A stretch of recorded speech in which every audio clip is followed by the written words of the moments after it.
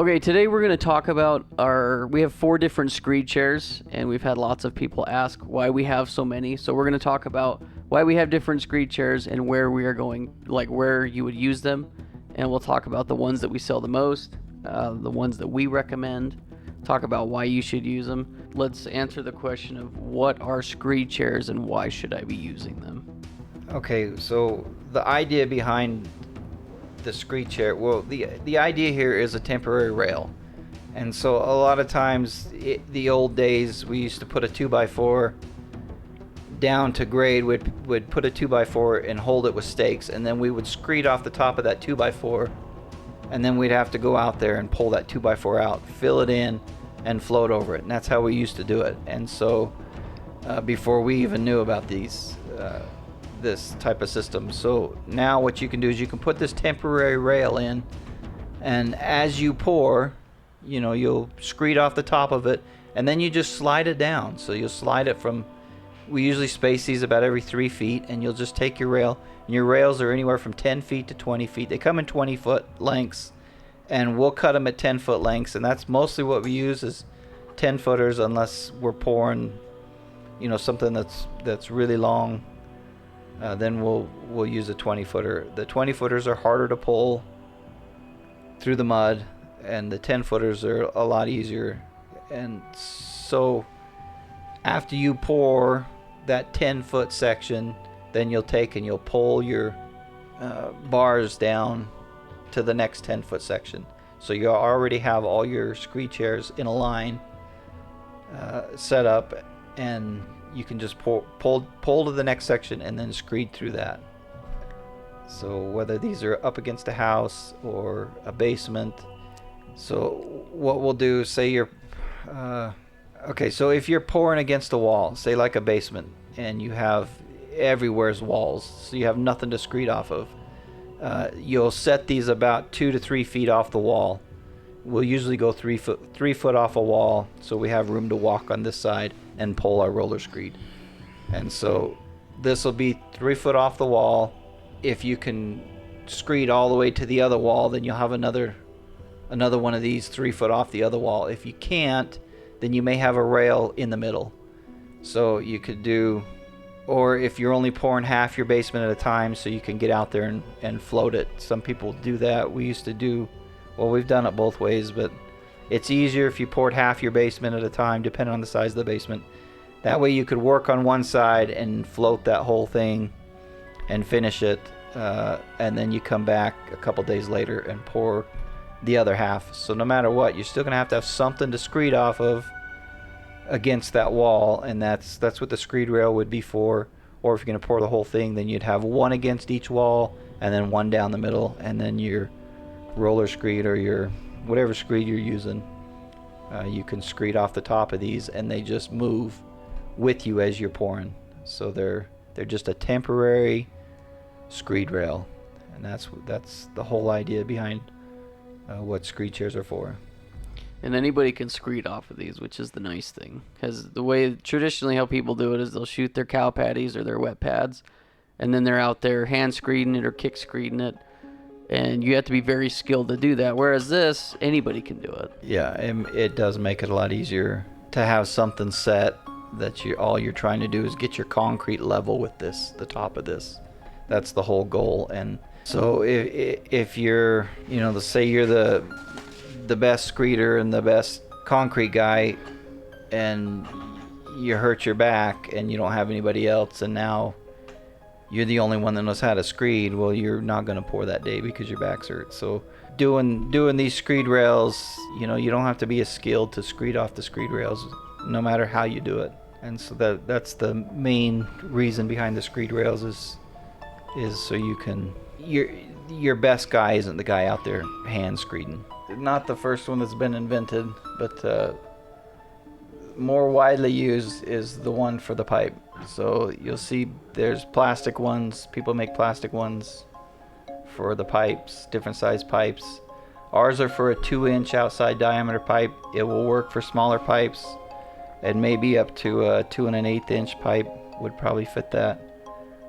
So we've got this one. This is just a 1/4 inch steel rod welded onto a 1/2-inch piece of pipe that fits over the top of this 1/2-inch rebar. And then this one here is exactly the same thing, but the process is easier for us to make these ones than it is for these. They're the same cost, same idea, everything's the same, they work the same, but they are different heights. This is a 1/2-inch height, and this is a 1/4-inch height, so that's the only difference in these. Everything else is identical as far as the way it works, the pipes it holds, even the way the pipe slides through. So Talk about these other two now. well, you can see that's just a 2-inch piece of Schedule 40 pipe, metal pipe. You can't use plastic with these, you're gonna have to use metal. So, but it doesn't have to be Schedule 40. You can buy fence posts, fence rail, I mean, anything metal, but to do that you wouldn't be able to use our tool. The tool's made for 2-inch outside diameter pipe, and we'll show you the tool here after we get through the different types of screed chairs. So those are our 2 rounds, and you would use these, you could use these anywhere you want. As far as the difference why you would use these over a flat bar, if you're using a really heavy roller screed, then you may want to use a pipe opposed to a flat bar. But where we use a 3/8 inch by 2 inch, so it's 3/8 inch thick by 2 inches tall. The only worry you usually have is maybe the flat bar could twist, but where it's this thick, this really is made for heavy duty screeding, so it'd be the same. This is all we use. We don't really use the pipe anymore. We usually just use the flat bar, and we've never had any issues, even with our heaviest roller screed. The flat bar works great. So we have 2 different sizes of flat bar. This one is our regular, and it's for a 2-inch. It actually would work for a 2-inch up to 3-inch tall flat bar. So if you're pouring something thicker, you know, and you want so right now, the way this sits, the top of this screed chair is 5/8 of an inch below the grade, and so you won't hit it with your floats or anything like that. But if you use this one, which is a low profile, this is actually going to sit you an inch below your grade, and that would work with an 1.5 inch. It'd sit you an inch below if you're using a 2-inch flat bar. If you're using an 1.5 inch flat bar, which this low profile one is made for, the 1.5 inch, that would put you the same, about a 1/2 inch below your concrete surface. So the reason we would use these, well, for one, the low profiles are cheaper, so, and the 1/2 inch flat bar is cheaper. So just for regular everyday screeding, this one would work great with that 1.5 inch flat bar. If you're using, say, roller screeds, heavier roller screeds, you probably want to go with the 2-inch with this screed chair and the 2-inch flat bar. If you're pouring a 4-inch slab, if you use this one and you have a rebar mat underneath, say your rebars are crossed, creating a grid, then using this one with a 2-inch bar, it's gonna make your rebar not in the center of your slab. Some people like them not in the center, so it's up to you. But if you want your rebar centered in the slab, then what we would recommend using is the low profile with an 1.5 inch flat bar, and then your rebar, now you'll be able to pull it up right here. This is 2 inches below your grade, and so if you had 2 rebars crisscrossed up against there, you're already down into the bottom half. Both your rebars are going to be in the bottom half of your slab. So if you're using an 1.5 inch bar, this other, I don't have an 1.5 inch bar, but if you're using an 1.5 inch bar, then that would put your rebars perfectly centered. If you pulled your rebars all the way up to the top, to the bottom of this 1.5-inch flat bar, that would put your rebars centered in a 4-inch slab. That's really the only reason you really need to use these, is if you're pouring a 4-inch slab and you're trying to center your rebar. Other than that, or if you want your chairs to sit lower than 1/2 inch in the concrete, then you could use the low profile with a 2-inch bar, and you can see that'll put your chairs in about 1 inch below the surface of your or the top of your concrete. So for most pouring, this is what we use. Any kind of thicker slabs, it doesn't matter which one, because you can center your rebar. In a 5-inch slab, you can center your rebar easily there. So that's about the only difference between these two.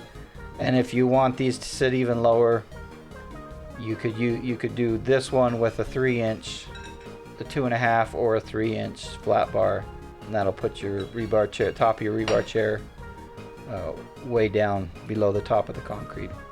Those are kind of the only issues we've heard from people, is are they sitting too close to the surface, and that's how you could get these to get lower in the surface of the concrete, which we've never had any issues with these being up too close to the surface. So we've never seen things crack or break apart because of that. The other big difference too, though, and the reason we don't use the round ones anymore, that we do specifically just the flat, is because the void. If you hold it up, you can see the void between the 2-inch bar that gets left and then the flat bar that gets left. There's the difference. So this is gonna leave a big 2-inch circle as you pull that out of your concrete that you're gonna have to fill, and this one's gonna leave just a little line. And as you pull this out, you can barely see the line. So you can fill that if you want, or you could just float right over the top, which a lot of times, depending on what we're pouring, if it's tight tolerances, then we'll fill this in with a little bit of mud and then float over it. But definitely with the bar, with the pipe, I mean, you have to fill it in, or you will see that. You'll see that void. So that's probably the main reason. One of the main reasons we've gone to the flat bar is you don't have to fill that void in when you float over it. You can't even see it, so it works really well. Okay, so our tool is made to get the rebar to grade. So what we'll do is we'll set a string line at concrete grade, and then you'll pound your rebar just a hair below your concrete grade. And then by using this tool, it's solid metal, so you just slip it over the rebar, and then these are your gauges right here. I don't know if you can see that. It's got the different markings. So this one tool will work with all of our different screed chairs to set your rebar to the right height. So these two right here, they both use a 2-inch bar or a 2-inch pipe, so it's 2 inches, and then the thickness here is a 1/2 inch. So what that's doing is that's setting your rebar height 2.5 inches below concrete grade. And so if you look right there, that's what we've got on there.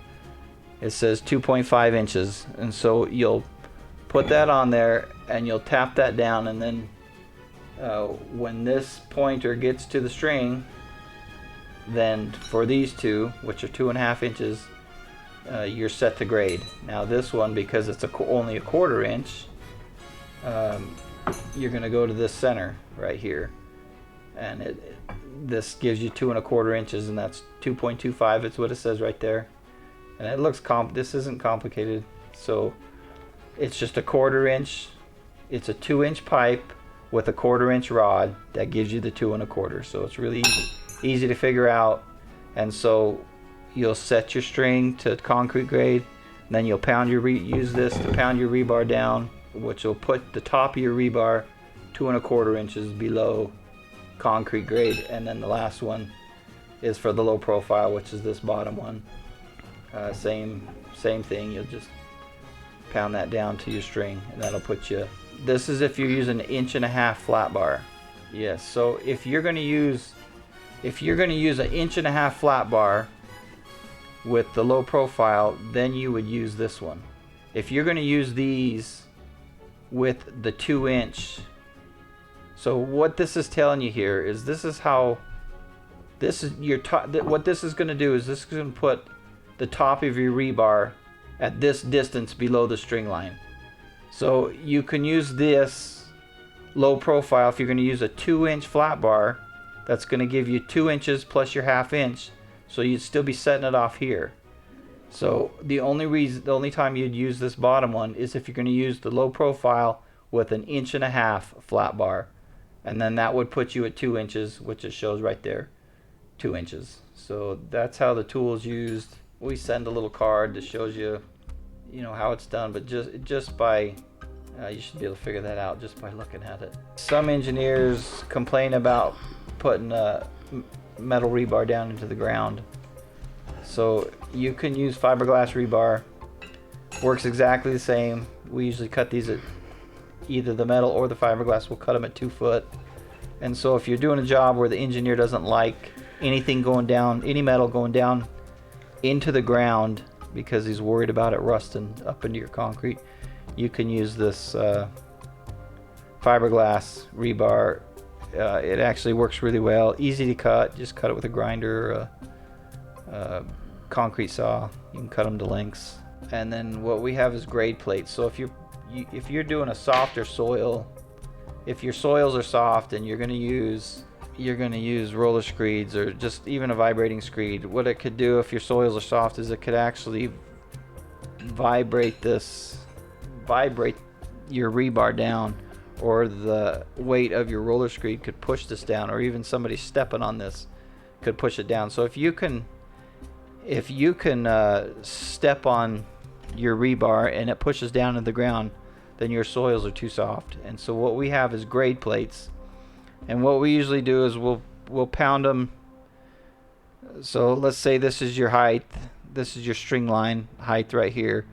We'll pound our rebars down into the ground to just a little bit below the string line height, and then you go down toward maybe a 1/2 inch below, and then you'll go down toward the bottom of your rebar, and you'll slip on your grade plate like that, and then you'll just tap it down to where your rebar is at the right grade. And what this does is it goes down through these little grooves on this rebar catch.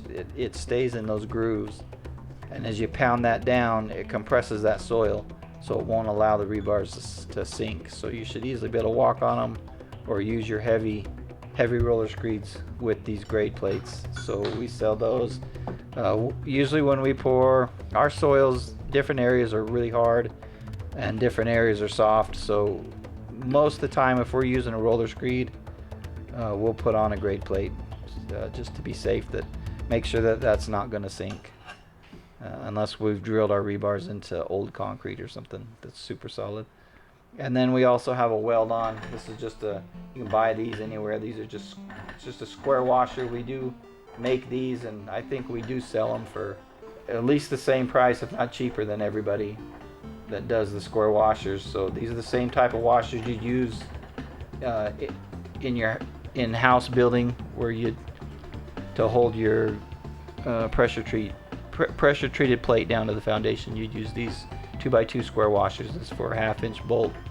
And what we'll do also, sometimes when you're using these grade plates, if you hit them too hard, like if you're going down too far into kind of a harder soil or something, it could actually bend these, and then they're useless. So if you go too far and these bend out, then your rebar now can slide down through there. So that's something you got to be careful with when using these ones. So sometimes we'll use these and just tack weld them on with just a gasless welder. What they call them, flux core welder. But